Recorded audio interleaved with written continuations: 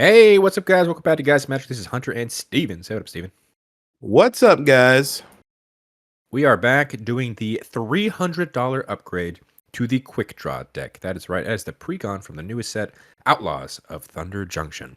Just as a reminder, we are doing a upgrade to the face commander of this deck, so that's going to be Stella Lee. But if you wanted to see an upgrade using the backup commander, Eris, check the description down below for our link to our Patreon, where we are posting every 100 and 300 video to the backup commanders over there exclusively on our Patreon. But like I said, this is Stella Lee. So Steven, give me a little refresher of the face commander and kind of what the deck wants to do. Yeah, so Stella Lee wildcard is 1, a blue and a red for a legendary creature human rogue. She's a 2/4. She also says whenever you cast your second spell each turn, exile the top card of your library. And then until the end of your next turn, you may play that card. So it really helps us when we're casting multiple spells a turn to kind of like get some card advantage. Allows us to play lands that we exile, so that's really fun. So those lands just don't go straight into exile unless you make that land drop a little bit early. Definitely something you need to pay attention to. If you're going to be casting multiple spells, make sure you don't just play your land drop as soon as you start your turn. But she has a really fun ability that says you can tap her, copy target instant or sorcery spell you control. You may choose new targets for the copy, activate only if you cast 3 or more spells this turn. Originally, when I saw Stella Lee, I thought this was going to be really cool. Is it Spellslinger? And then I saw that tap ability and I was like, man, that is going to be so hard to pull off. How is this card going to be good? And then I started to build the deck. And I was like, man, this is so easy. This card is really good. Yeah, Spellslinger, you'll be casting a lot of spells, shooting them and doing whatnot, but that ability is extremely powerful. So, Steven, let's go ahead and get started with the additions for this new $300 upgrade. But before we do that, I just want to remind everybody this is a sequel to the $100 edition, and you are going to be keeping everything that is on screen right now from the $100 upgrade into this new one. Is that correct? Yeah, I am bringing all original $100 cards that I upgraded for the $100 list. I do enjoy them. I think they add a certain value to the deck, and I wouldn't build the $300 upgrade without those cards, so I definitely wanted to keep them. Perfect. So let's go ahead and get started with these brand new additions. It's 300, it's bigger, it's badder. Let's take a look. Yeah, so first card I want to talk about is going to be Chrome Host Seed Shark. I specifically wanted to add this card, A, because we are basically playing an Is It Spellslinger deck. We're playing a bunch of spells each turn. We'll get into the card's abilities and why I added this card. So it's 2 and a blue for a creature Phyrexian Shark. It's a 2/4 with flying. Whenever you cast a non-creature spell, incubate X, where X is that spell's mana value. If you don't know what incubate is, so basically what you're doing is you're creating an incubator token with X +1/+1 counters on it. And it also has pay 2, transform this artifact. It transforms into a 0/0 Phyrexian artifact creature token. So I did kind of notice that there were times where I may have played a lot of spells, board got wiped, kind of had to rebuild, but it took a little bit to rebuild. You know, I wanted to add Chrome Host Seed Shark mainly because Hunter, you actually gave me this idea. It was actually really good. Thank you. I appreciate it. Mainly because it kind of helps us with board wipes.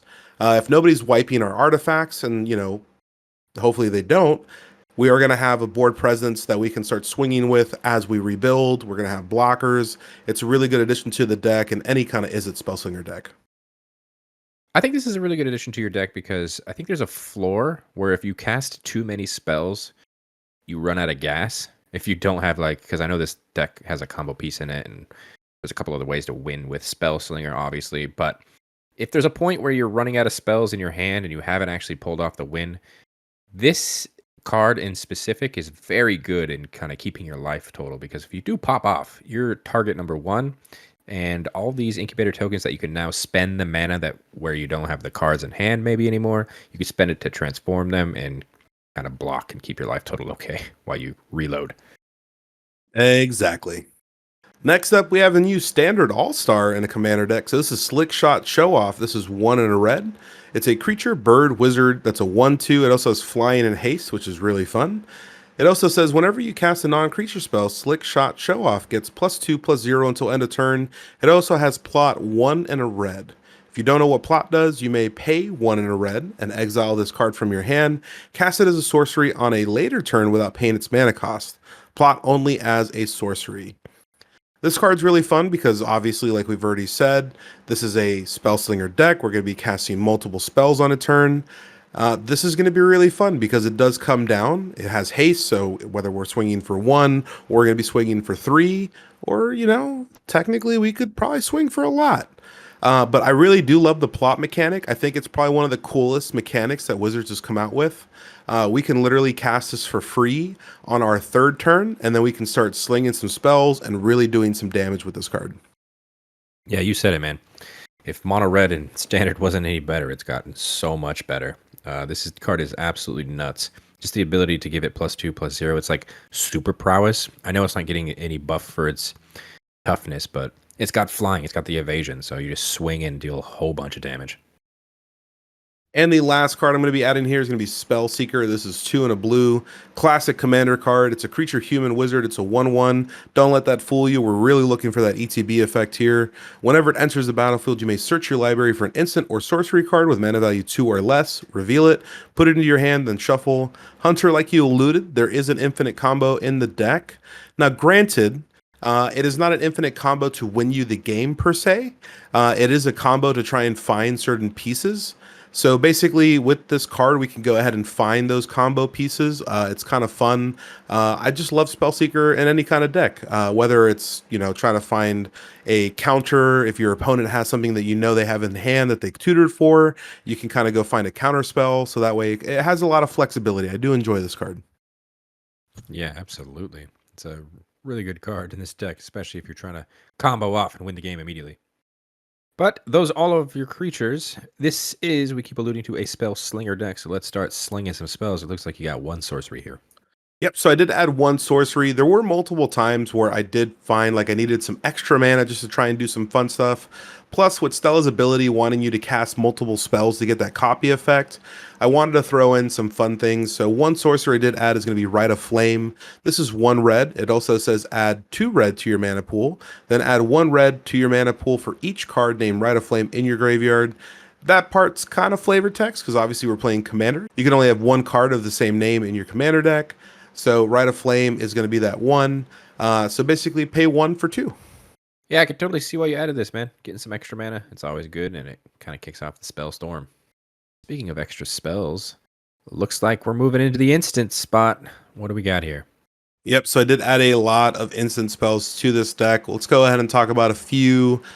So we do have Pyretic Ritual. This is 1 and a red for an instant. It adds 3 red mana to your mana pool. And then we'll get right into Seething Song. This is 2 and a red. This adds 5 red mana to your mana pool. So just really just trying to cast multiple spells. I did find an issue a couple times where I couldn't find the red mana because this deck does have a lot of fun red spells. And this will kind of help us get to that point. Also helps us with Stella's copy trigger. So if you need that extra mana to cast a spell that's going to be a little bit bigger, this is definitely going to get us to that point. Next up, we have Valakut Awakening. This is 2 and a red. This says, put any number of cards from your hand on the bottom of your library. Then draw that many cards +1. It also has a backside. It's Valakut Stoneforge. It's a land. It does enter the battlefield tapped, which is never fun, especially when you're playing a little bit of a higher price deck. That front side, that instant side, is going to be the card we want to play. Essentially, you don't like your hand? You don't want a wheel? Go ahead and discard your hand. Then draw that many cards +1. I really do enjoy Valakut Awakening. It does help us get to that spell trigger for Stella, and then also whatever fun stuff you may draw. I also added 3 counter spells to a certain extent. We'll talk about 2 counter spells, and then the one that's kind of like a counter spell. I put Mana Drain in here because, like I said, we are Spell Slinger, and there are some bigger spells in this deck. This is going to be 2 blue for an instant. It says counter target spell. At the beginning of your next main phase, add an amount of colorless mana equal to that spell's mana value. Do you like your opponent's spell? Is it really good? Cool. Take that mana they spent and use it for your own. I love Mana Drain. It's always a fun card to play because even if you counter something that's 3 or 4 mana, it's still going to help you on your turn. Your opponents may remember that you countered their stuff, but at least you'll get to retaliate in fun. Yeah, Mana Drain. Probably the best counter spell in all of Magic. Getting that ability of just countering something and then making that mana your own on your next turn is insane. Yeah, Mana Drain, and they printed it in this set. So if you guys opened up a pack and you have a Mana Drain, throw it in the deck. 100%. But let's say you want to be a little fair. Let's say you want to give your opponent something in return for countering their spell. We have Swan Song. It's 1 blue. You counter target enchantment, instant, or sorcery spell. Its controller creates a 2/2 blue bird creature token with flying. So listen, you can cast that spell. That's fine. For 1 blue mana, I'll counter it, and then I'll give you a bird. And the last, I'll say pseudo counter spell, we have Deflecting Swat. This is 2 and a red. I love these style cards where if you have your commander on the field, you can play them for free. So it does say if you control a commander, you may cast the spell without paying its mana cost. And then it also says you may choose new targets for target spell or ability. So not even just the cast of a spell, but if something's trying to target your stuff, maybe you decide what you wanted to target. Yeah, man. Another incredible include. Deflecting SWAT. It's going to be extremely helpful protecting your commander. And let's go into these next two spells. These two are like the big baddies in my mind. We do have Cyclonic Rift. In my mind, an automatic include in any higher price deck that's going to be running blue. It is 1 and a blue. It says return target non-land permanent you don't control to its owner's hand. It's a mini rift. And then you have the big rift. You have the overload, which is 6 and a blue. You may cast a spell for its overload cost. If you do, change its text by replacing all instances of target with each. So if you like your board, but you don't like your opponent's board, get rid of it. Yeah, one of the best one-sided board wipes in all of Magic. And the last card is going to be Nexus of Fate. This is kind of a big spell, but kind of like we talked about with some of the other things we've added, we kind of want to make sure we can cast it. So this is going to be 5 and 2 blue. It says take an extra turn after this one. Here's the fun part, though. If Nexus of Fate would be put into a graveyard from anywhere, reveal Nexus of Fate and shuffle it into its owner's library instead. Hunter, you kind of alluded to a infinite combo to a certain extent. Nexus of Fate will kind of help us a little bit. So Stella with Cerulean Wisp, which was added to the 100, we can basically draw our entire deck. With Nexus of Fate, we can constantly just keep going infinite. So we can continue to take infinite turns constantly. It's a really good card unless you guys have a chance to exile it, which is pretty hard to do it from the stack. Yeah, copying Nexus of Fate too with your commander seems also very, very good. Yeah, because what's better than 1 turn? 2 turns. 2 turns. But is that all the instants? Yes, those are all the instants and sorceries that I added to the deck. Okay, well, let's move on to some more permanent spells. Looks like you're throwing in an artifact. Yep, so I threw in Primal Amulet. This is going to be 4 mana for an artifact. It's got a fun little piece of text here. It says instant and sorcery spells you cast cost 1 less to cast, which is super helpful in this deck, but obviously we're here for that additional text. It says whenever you cast an instant or sorcery spell, put a charge counter on it. Then if there are 4 more charge counters on it, you may remove those counters and transform it. It does transform into a land. That land is going to be Primal Wellspring. It does say tap it, add 1 mana of any color to your mana pool. When that mana is spent to cast an instant or sorcery spell, copy that spell, and you may choose new targets for the copy. So, other than the cost reduction, we're getting a land that will definitely transform, hopefully. And when it does transform, we're just going to be copying stuff left and right. It's going to be really fun. I enjoy this card. Perfect for this deck. Yeah, no doubt. And it also looks like you're throwing in 1 enchantment here as well. Yes, of course, we had to throw in the 1 enchantment, the one card that people hate getting asked the question, do you pay the 1? We have Ristic Study. This is 2 and a blue. It says whenever an opponent plays a spell, you may draw a card unless that player pays 1. I love this question. Do you pay the 1? You paying the 1? Probably not. Yep, and I'm going to draw a card, and I'm going to have some fun. Well, I love it. All right, I don't see any mana base touches either, so is that going to do the entire adds to the deck? Yeah, so I didn't really touch the mana base for the 300. I'm actually pretty okay with the mana base in the deck. None of the lands, other than maybe 1 or 2, come in tapped, and I think the other land's a bounce land. I think it's pretty good and fast when it comes to the lands. You can always add shocks and you can always add fetches if you really have the extra budget. But to be quite honest with you, with the removal we did from the 100, I think we're pretty solid. Yeah, for sure. 2-color decks don't need to touch the mana base too much, so it's a benefit there too. But it is now time to move on to the removals. That is right. We have to take some cards out of this precon to make room for all of these cool additions. But before we jump into the brand new removals, everything on the screen right now is from the original $100 upgrade video. Are you keeping all these removals the same as well? Yes, I am getting rid of all of these cards. They didn't really help in the $100 upgrade. They're not going to help me in the $300 upgrade. Perfect. And once again, if you want to see why Steven removed all these cards, check the description for the $100 upgrade video. But let's move on to these new $300 removals, starting with some creatures. Yeah, so I did get rid of Crackling Spellslinger. This is 3 and 2 blue. This is a creature human wizard. It's a 2/2 with flash. It says when it enters the battlefield, if you cast it, the next instant or sorcery spell you cast this turn has Storm. I think this card's really cool. I think it's really great if you have infinite mana. And I did not go that route with this deck. So playing this card for 5, flashing it in, and then basically, getting Storm off of maybe one card, I didn't really find a point. If you do have a Storm kind of deck, this is perfect for it. But we're not really trying to Storm off. We're just trying to get that infinite, turn, or if we're just trying to do infinite, card draw, it didn't really fit. Yeah, it makes sense. 5 mana is a lot to do something with flash too, so it wants you to storm on someone else's turn. It's interesting. And then I also got rid of Murmuring Mystic. This is 3 and 2 blue. It's a creature human wizard. It's a 1/5. And whenever you cast an instant or sorcery spell, create a 1/1 bluebird illusion creature token with flying. This card is really good. This deck has a ton of creatures that produce tokens already. I didn't really find a point in keeping one that has a 4 mana cost. I do like the fact that it's a 1/5, so it's got a pretty big butt. But at the end of the day, we're trying to do some fun stuff and we're trying to sling spells, and spending 4 mana and then maybe not doing anything else didn't really kick it with me. Yeah, I think the Seed Shark is just a lot better as well. But that looks like it's all the creatures that you're removing out of the deck. It's time to say goodbye to some spells. Looks like we're starting off with quite a bit of sorceries. Yes, I did get rid of a lot of sorceries. I did want to keep more of the instants. This deck still does have a decent amount of sorceries. We do have 13 in it still, even after the removal.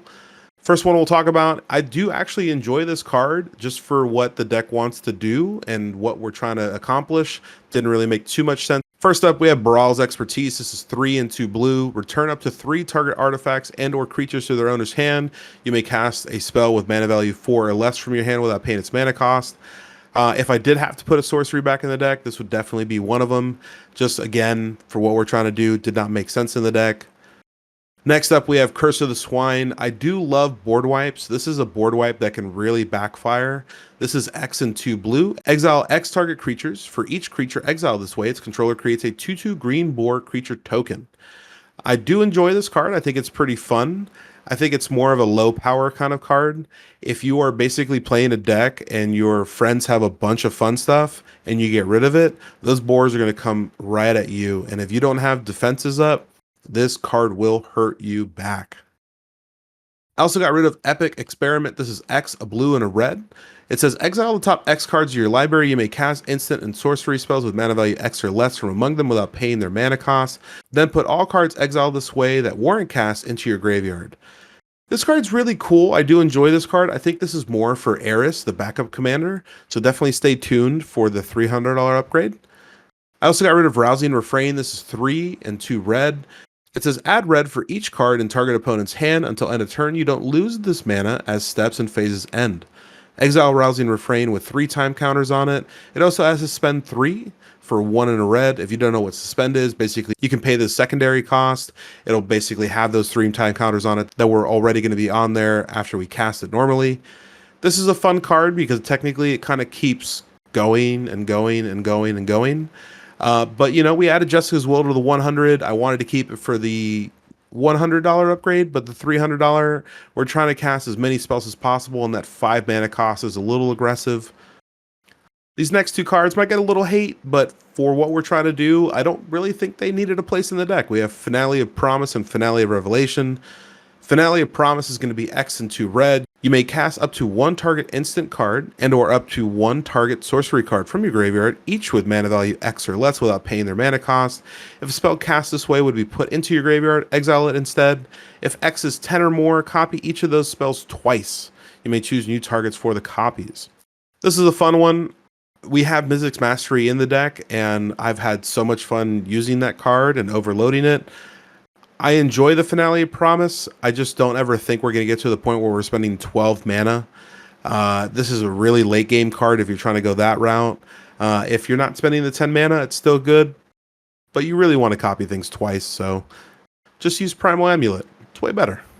And then Finale Revelation, like I was saying, is X and 2 blue. Draw X cards. If X is 10 or more, instead shuffle your graveyard into your library, draw X cards, untap up to 5 lands, and you have no maximum hand size for the rest of the game, and then you exile Finale of Revelation. I do like this card. I have constantly found it in my hand, waiting for a time to play it. I never have enough mana unless I'm doing like an infinite like mana kind of combo. It doesn't really make sense to me. I never really enjoy this card. I just gotta cut it. Yep, it seems like these two cards have met their finale. I see what you did there. And the last two sorceries I'm getting rid of, I have Pyretic Charge. This is 4 and a red. This says discard your hand and draw 4 cards. For each card discarded this way, creatures you control get +1/+0 until end of turn. It also has plot 3 and a red. So a little reduction on the plot cost. I know I spoke very highly of the plot mechanic. This is a little aggressive on the mana cost for the plot. I also don't really care for combat damage in this deck. It didn't really have a place in it. We added the Valakut, and that's going to be more than enough, and it's 3 mana compared to 5. And then lastly, like I said, Lock and Load. This is 2 and a blue. Draw a card, then draw a card for each other instant and sorcery spell you've cast this turn. It has plot 3 and a blue. I do like the fact that you can plot this card, and then on your next turn, start casting your instants and sorceries, save up 3 mana, and draw a bunch more cards. But there's a lot of card draw in this deck already. We added Rhystic Study, plus all the cantrips that kind of basically draw you a card anyways, and we already have an infinite card draw combo in the deck for 1 mana, so Lock and Load didn't really make much sense, so I definitely gave it the axe. Yeah, I can see why all of these sorceries have been cut out of the deck. You kind of just upgraded everything. But doesn't look like you have any instants, so let's just go ahead and move straight to the artifacts that you're removing. Yep, so I did get rid of 2 artifacts. One is going to be an artifact vehicle. It is Smoldering Stagecoach. It's 3 in a red. Its power is equal to the number of instant and sorcery cards in your graveyard. Whenever it attacks, the next instant spell and the next sorcery spell you cast this turn each have Cascade. Since we've gotten rid of a lot of the bigger mana costs, I guess you could say technically, Cascade's fun. I really do like Discover a little bit more, to be honest with you. But, cascading into a 1 mana cantrip might not be super beneficial. It'll definitely help with Stella's copy trigger. But like I said earlier, I'm not trying to swing. I'm not trying to have any fun shenanigans like that. So this definitely got the axe. And then also Winged Boots. This is 1 and a blue for artifact equipment. It's got equip 1, and then equip creature has flying and ward 4. The ward 4 is definitely really good. Spending 3 mana, the 2 for the cost, and the 1 for the equipped is definitely really awesome. But we have so many counters in this deck now, and we have a lot of ways to protect our commander. I didn't really find a point in keeping it. Sometimes you just gotta take out the cards that just don't fit what you're trying to do anymore. And I can see why you're taking these ones out. And finally, it looks like you got 2 enchantments that you're taking out as well. Yep, I'm going to get a lot of slack for this one, I feel like, but I got rid of Arcane Bombardment. This is 4 and 2 red. It says whenever you cast your first instant or sorcery spell each turn, exile an instant or sorcery card at random from your graveyard. Then copy each card exiled with Arcane Bombardment. You may cast any number of copies without paying their mana cost. This is a really fun card. Again, there are multiple cards that I would put back into my deck. We are trying to do something very specific. So Arcane Bombardment didn't really fit. This is a 6 mana investment. Most of the time when you're playing Arcane Bombardment, you really don't have enough mana to play the next instant and sorcery spell to get that trigger. So also another big issue I have found with this card is once you play it, you really become enemy number 1. And when we're trying to do an infinite combo and try and draw our deck, take infinite turns, want to take as much heat off of us as possible, and I think cutting this card is going to do that. Lastly, we have Shark Typhoon. This is 5 and a blue, so that same larger mana cost. It says whenever you cast a non-creature spell, create a XX blue shark creature token with flying. where X is the spell's mana value. It also has cycling X, 1 and a blue. You can discard this card, draw a card. Whenever you cycle Shark Typhoon, create an XX blue shark creature token with flying. I think this card's really, really cool. I think it's a little safer than Chrome Host Seed Shark, just because it is an enchantment, so a little bit harder to remove than, creature removal. But with Chrome Host Seed Shark being 3 mana compared to 6 mana, I think that it's a little bit of a better trade-off. So I kind of cut this one. Again, you can put this back in your deck. I just feel like if you're playing something for 6 mana, you're not really doing much else on your turn. So I didn't really find a point. And again, it kind of puts a target on your back because you are a spell slinger deck. On your next turn, you're going to be slinging spells, making a bunch of sharks, and people are going to want to hurt you. Yeah, I get that. But is that it? Is that going to be all of the entire $300 upgrade for Quick Draw? That is it, Hunter. All right, I love it. So, as always, we give you a budget of $300. What is the total amount of money that you've spent to build this deck? Hunter, I am happy to say I'm just a little over 300. I'm at like 300 and change with this upgrade. All right, I'll give it to you. But before we wrap things up, Steven, any final thoughts on Stella Lee as a commander and kind of what the entire deck is as a whole? Yeah, I'll be honest with you. When the precons came out, I definitely did not think Stella was going to be the commander that I wanted to play the most. Is it Spellslinger is not generally the color combo that I'm going for when I play my own personal decks. But after playing the 100 and goldfishing, it's kind of become one of my favorites, to be honest with you. It's a really good commander. It has a big butt. It's a 2/4, and it comes down pretty early in the game. Gives you really decent card advantage, especially when you're casting multiple spells a turn. So really adding like card draw into the deck, and then just kind of like payoffs. It's really good. And to be quite honest with you, it's a pretty easy card to build as a CDH deck too, if you're really wanting to go super high budget. Overall, I think it's an all-star of a commander, and I'm really excited to be playing it. Yeah, this commander is fantastic. I am terrified with your new upgrades that you've thrown into the deck to play it in our $300 upgrade video. But that is going to do it for us today. If you guys liked this video, hit that like button, subscribe to the channel if you haven't done so already. In the description, you will find a link to this entire deck list from our Mox field. Check it out, play test it yourself. Also, you can leave a comment if you want to leave a comment. We're always interested to hear what you guys have to say for feedback. And in the description, if you wanted to follow us on our social media accounts, that's @GuysAtMagic for TikTok, Twitter, and Instagram. Follow us on those as well. On the screen right now, those are all of our Patreon subscribers. Thank you guys so much for your added support. It means the world to us. Again, as a reminder, we are doing all of the backup commanders over there exclusively on Patreon. If you wanted to see the direction we took the decks with the backups, check the link in the description below and consider subscribing. And until the next video, hope you guys have a great rest of your day. Peace. Salutations, partner.